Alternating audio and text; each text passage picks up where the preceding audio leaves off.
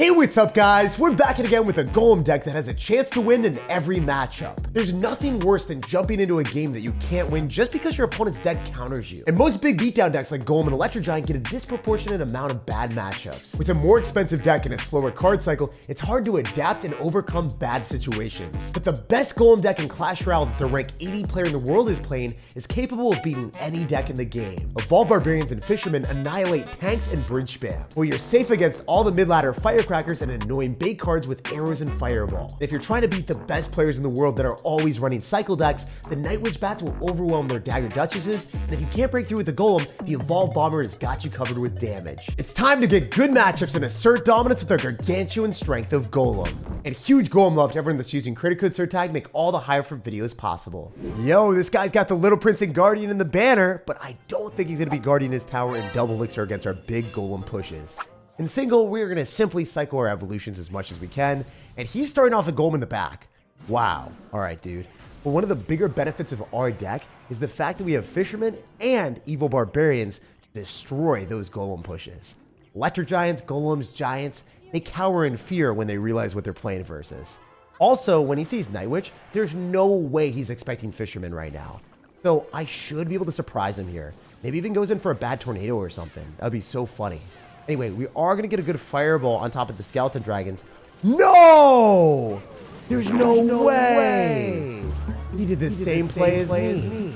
Wow, okay, I guess we both didn't expect it. That kind of sucks. That's really rough for me. I mean, the cool thing that I have here is the potential of going for Barbarians at the bridge, because I don't think he's going to be having Bomber in the deck. I doubt it, you know? He's going to go in for his own Barbarians. What if we blast through those quickly with our Bomber? And then because you think about it, the Dagger Duchess is depleted of all the daggers. What does he have? Like nothing. He's losing to Barbarians on offense. They're not even the evolved ones. It's so incredibly troll to build up an everlasting, ever-piling push that is insurmountable for the opponent to defend. The funny thing about it is you can go in for the Night Witch, it'll spawn bats, the Golem will tank for the Dagger Duchess, and it'll just be so many things that the Dagger Duchess is overwhelmed by. I personally like cycling my Night Witch as early as possible versus these players. That's how I like starting my push, because if I do that, then I get more bats, so it's more of a nuisance for our opponent. Huge fireball value, please? Yes, we still have one bat remaining.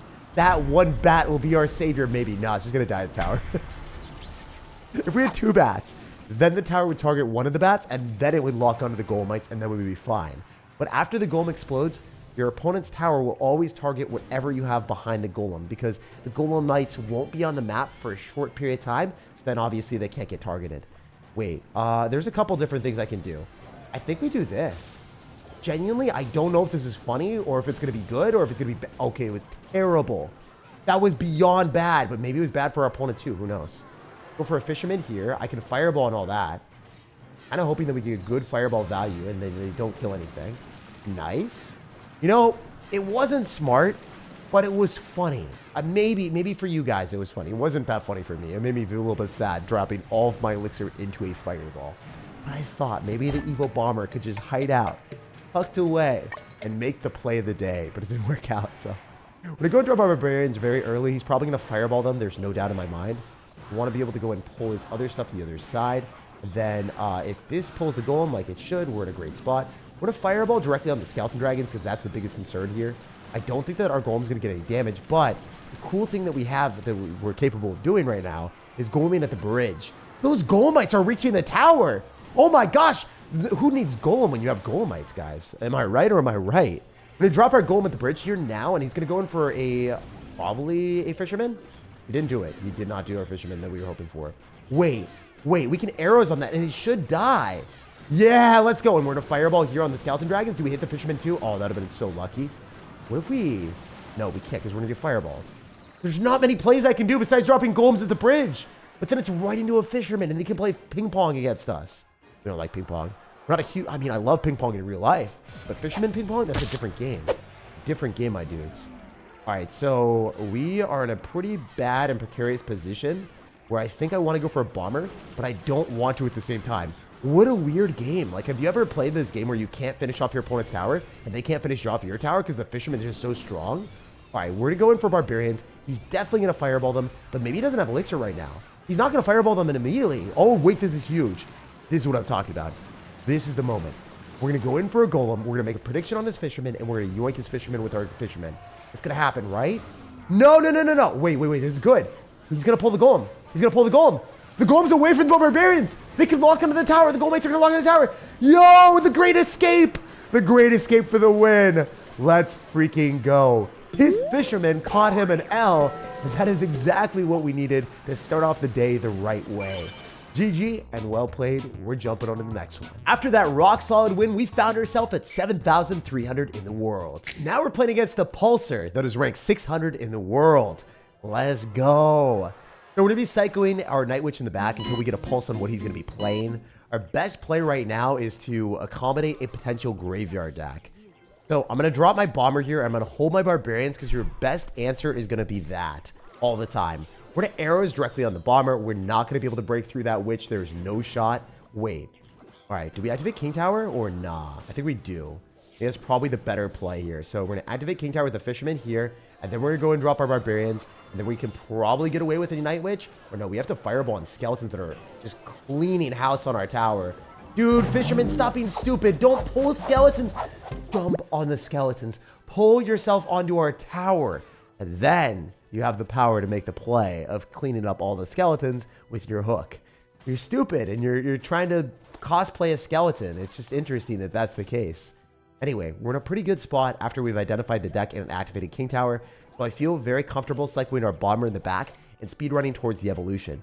Once you've activated King Tower against the giant deck that has graveyard, you want to just use your fisherman to pull the giant to the other side, and it's very cost effective to defend because your King Tower will help out on defense, so it's a little bit better that way. Also, I really, truly do not want to go in for a bad golem right now because we would lose the game because he would just giant me and then graveyard me and it'd just be game over. So we're not going to do something foolish. We're going to play our best here. I think our best bet is to go in for a golem here. So then his witch locks onto that, and the Night Witch does not get splashed by the witch, hopefully. That's what I'm aiming for. All right, really good arrows value. Really awesome play from our opponent with the Evo Bomber. Cycled a lot of stuff there. So we could potentially fireball and clean this up, but I need the Knight to stop moving. Don't know if this is going to be possible anymore. I mean, if we fireball, it might just cost too much. So I think we're going to go and do something else. I think we're going to do this.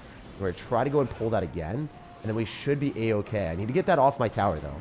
Otherwise, we lose the game because the giant just does too much damage. He's not even graveyarding. He realizes that graveyard is not the right play. I think we have to go in for a Night Witch here, and then we can maybe defend this with a Fireball and then some other stuff. So, yeah, I'm going to try to go Bomber, and then I'm going to go Phoenix, and then I think I can defend this with arrows if I need to, but I'm kind of, like, not wanting to do that. If you feel me, dropping the arrows just isn't a great play in a lot of situations, because if you do, then you really relinquish your potential of killing the Bomber. So I need to go in for a Golem here, and he's probably going to giant me. He probably goes in for an aggressive play, but wait, he's gianting the other side. Wait, that's so weird. Why would you do that? We can just barbs. What is he doing? I'm so confused. All right, we have a push. We have a play. This is really good for me. We have 10 seconds remaining. I can ignore the Inferno Dragon. It will die to our Dagger Duchess. Unless he has freeze. I don't think he does. Fireball Arrows does clean that up, so this is really good. I mean, that's a dead witch. How is he expecting to defend this right now? Oh my gosh. There's no way. There's no way. There's actually no shot. We had 500 HP on our tower. He saw the golem and he's like, got it all in the other side, and it didn't work at all. One thing's for sure, once you've activated King Tower against Giant Graveyard, this deck has rock solid defenses. Because there ain't no way a Giant's breaking through a Vol Barbarians and a Fisherman. So it falls on the Graveyard to get all the damage, but you have the King Tower scooping up all the skeletons. As we scooped up a crazy comeback, pushing us to 6,200 in the world. Time to keep up the streak. We won 2 in a row. Let's make it 3. Nova Storms, we're ready to go and storm your towers, my guy. So I hope that he spams into me and gives me a good opportunity. But it seems like no one is home. The guy's just chilling there. I know one. Maybe he knows no one. Maybe he is no one. Maybe he has no one on his team. I guess we're going to find out. We do arrows to antagonize him, and he drops a knight in the back. That's 3 elixir. We spent 3 elixir, and now we're spending 4. So we're down 4. What is he going to do? He golems another one. All right, guys, we have successfully hooked every Golem player in Clash Royale, so you will not play against them because I attract them like a magnet. I didn't know rocks were magnetic, but I guess they are in our universe. So our strat here is to just go Barbarians and pray he doesn't have Fireball. This is a pretty bad decision. I would not recommend. I would usually recommend going in for a Fisherman here. But I did it anyway. And oh my gosh, he does not have a fireball. He's got a ton of obnoxious cards. We're going to go in for a fireball here and clean this up. Very nice. I do not like this, that he is getting that bat on my tower. But eventually the battle healer is going to die sometime. All right, do we Night Witch here for like a memer? I think so. I think because like the fisherman's going to exhaust all of his daggers. We're going to use it for a good utility. Oh no, it's not going to work. We're not going to get even a single touch on the wizard. And we gave him a free evolution. Oh, that was awful. Wait, no. We got a little bit of touch. A little bit of love status there. You know what? Screw it. Let's go drop our barbarians. Generally not a good decision because, you know, you kind of want those on defense, but I'm fine with it. I think it's all right. We're progressing our cycle. We're going to have fishermen. We're totally fine. He might not understand that we will fisherman a golem if he drops it in the back right now. That is what we're going to do 1,000,000,000%. There's also a high likelihood that he's going to try to go and catapult an electro dragon at us. And if you guys know your math and your math is mathin', you fireball arrows and electro dragons are eviscerated. Whenever you see battle healer, you can comfortably guess that your opponent will have electro dragon battle healer as their main card combination. So typically for me, my favorite play in the entire game is fireballing arrowing and then it dies. The battle healer is just like not able to heal up the electro dragon. It's really funny. All right, so we can go in for a King Tower activation here. There's a likelihood that he will go for a tornado. We'll have to wait and see.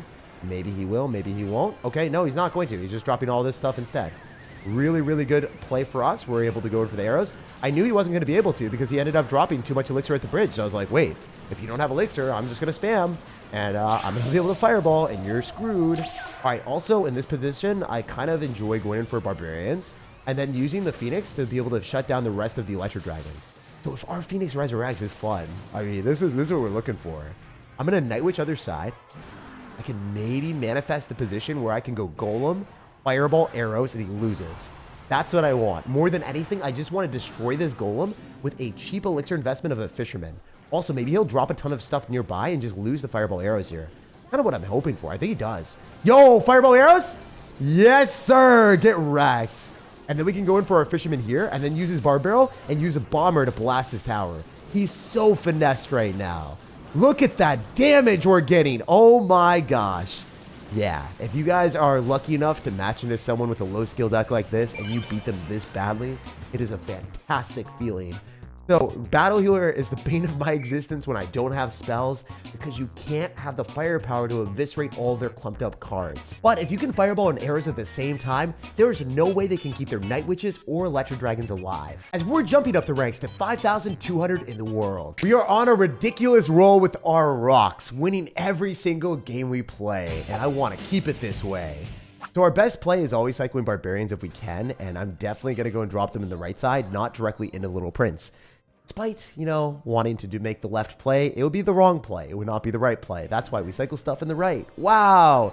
Are we really just playing a simulator where we play against the exact same deck every single game? Come on, Clash Royale. Let's, like, you know, do something different for once. Maybe not play against Giant Graveyard. All right, wait. Are the barbarians going to take his entire tower? Is this the way that this guy is going to play? Like, legitimately, that is hilarious. Giant Graveyard players know one thing, and it is bridge spam all of their elixir. He legitimately lost everything to barbarians, and he's going to lose his left-hand side too. This is crazy. He created chaos. He did this to himself, and it is utterly deserved. It is so ambitious, and his towers are delicious. And you know what? We're going to go in for a golem because we are ready to snack some more. We need something nutritious. Give me more 3 crowns.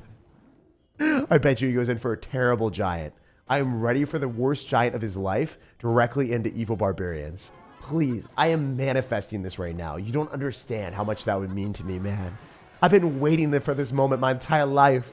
Please, you know you want to. You know you want to drop your giant. Please. All right, I mean, we're going to fireball this. We will snag that. The cool thing that we have is the fact that we can go bomber. Oh, please, don't let it take. Don't let it take. Don't let it take. Awesome. Yeah, dude, I'm going to get a 3-0 victory. He's not going to take anything. I bet you he takes 0. Oh my gosh. There's no way. There's no way. So freaking deserved. Imagine playing a deck that you go all in every single game. You don't take a single tower and you lose all 3 of yours. It's a beautiful thing to see, guys, and that's why I love this Golem deck. All the totally toxic decks in the meta, like Giant Graveyard or Giant Void, they get blasted down and obliterated by Golem. When they run headfirst into your evolved barbarians and fishermen, it's the absolute worst. They become an evolved fisherman that specializes in yoinking L's. Such a beautiful battle log to see 4 wins in a row. And we've matched the 4 for a fitting rank at 4,500 in the world. The games have gone way better than I could have ever anticipated, even in positions where kind of precarious, right? You know, the opponent going in for a huge amount of damage, leaving our tower at a shred of health earlier on. We still bounce back. I love this deck. Genuinely, I think that the Golem decks with the Elixir Collector are kind of dead right now in the meta because Void crushes them. But now to have a deck that you can rely on to win with Golem, it makes me happy. It's good for the heart, it's good for the soul, and it's great for pretty much every position where you just are sick of losing with your favorite deck. Personally, Golem has been one of my top decks in the past couple years, and I haven't wanted to play anything other than that. I like Golem and recruits a lot. They're a little bit skillless. Yeah, you guys can call me low skill. I kind of deserve it. I beat people way, way, way better than me at the game because I play Golem at a high level. And because of that, you know, I'm able to push up and maybe get top 200 sometimes or top 1,000. I'm a top 1,000 player. Early season, I can get top 200 playing my Golem decks. And yeah, it's just a fun thing. So if you guys are worse at the game and your mechanics aren't that great and you maybe make a whole bunch of misplays, you don't have to know precise timings or placements when you play Golem. It's more so like a macro decision. You realize, oh, I dropped my Golem at this point. I play safe until I find the right opportunity. Oh, these cards interact in a specific way. I'm going to memorize all these interactions. You'll get value that way. We figured out that our opponent is running a deck that's pretty obnoxious. He's going to have Princess, Fast Cycle, and a Goblin Drill. So not an easy matchup for us, but it is winnable if I play perfect. So we're going to try to go in for our Golem. Always trying to support our Night Witch here. We're not going to drop a ton of stuff together. However, I do think going in for a Bomber here might be the best play, because we're forcing out extra elixir that he doesn't want to drop. So I'm thinking in this position, I might want to go for Barbarians at the bridge. We don't want to drop him too soon. We want to wait for the Shockwave to be blasted down, and then we could go arrows depending on what he does with the Princess. Where's the Princess? Where be the Princess, brother man? Yeah, there it is. I mean, he just lost his freaking tower. It's just over. He's already deleted and yeeted out of the game. Sometimes this deck is just too simple. Free wins left and right, no matter what your opponent's going to be playing, they can't put up a fight. My dude is playing for his pride, but he still might not be able to stop us from 3-crowning. This is ridiculous. Genuinely, I feel like this is cheat codes in Clash Royale. You are really having a reliable deck in almost every matchup when you're playing a deck that has destructive firepower and tower-taking capabilities. Usually, when you have a deck that's safe like a control deck, you can't 3-crown, you can't have fast wins, every game takes forever, but this deck has the best of both worlds. Well, we continue to climb at 3,700 in the world. On to the next one. Kenta, what's up? Rank 700 player. Maybe he's the best player that we played against all day. We'll have to wait and see. He's definitely going to be a very solid Sir. He's cycling the Knight in the back first play, and we respect it. I appreciate someone that's cycling a really overpowered card. Sure, it is one of those cards that is reliable, but it's also annoying to play against because it stays alive forever. Also, I want to go in for the Golem in the back right now. Usually I would not do this, but because we have the Phoenix protecting us, if there's a chance he wants to spam on the other side, I can go for a Fisherman so I can pull his units directly into the double towers. But even though our daggers on the right-hand side were depleted, we use the secondary tower as a nice method of finishing off our opponent's stuff. Pretty smart player. Obviously, he's going in for the Knight to protect his little prince. I could arrows on that. I don't think it's necessarily beneficial. It would be a huge overcommitment, in my opinion, because if we go in for the bomber, we're able to kill everything anyway. If you go in for an arrows, kind of putting yourself in a position where you're down elixir and you don't know what your opponent's going to do. Also, beautiful. The bomber is going to be able to shut down the Knight and also put us in a perfect position where I can go for barbarians. He's kind of crying right now because he realizes that our deck is toxic. I can arrows on top of whatever he drops. If the bomber locks onto the tower and wins us the game, oh my gosh. There's no way. These cards aren't even evolved. How are they dealing that much damage? This just doesn't feel fair. It doesn't feel right, and his tower is almost out of our sight. You know what? We can go in for a Fisherman and go and pull the Knight to the other side. Again, another really good decision because you do not want your opponent's evolved Knight to be tanking for their bats. Phoenix is going to die, but it's also going to splash on the bats, so I think it's fine. Overall, if you can make plays like that and you keep your Phoenix resurrected, it's a vibe. It's a very good feeling. All right, Golem at the bridge. Stand and deliver. Make our opponent shiver with the stupidest strategy in the world. The reason why I'm doing this is for the meme. Because I know I have Evil Bomber. I'm just hoping that he pops the ability. Really want to see him pop a bad ability right now. I think we can get him to pop a bad ability if we go in for our Night Witch. He's going to do it. He's going to do it. I can sense it. I know he's going to do it.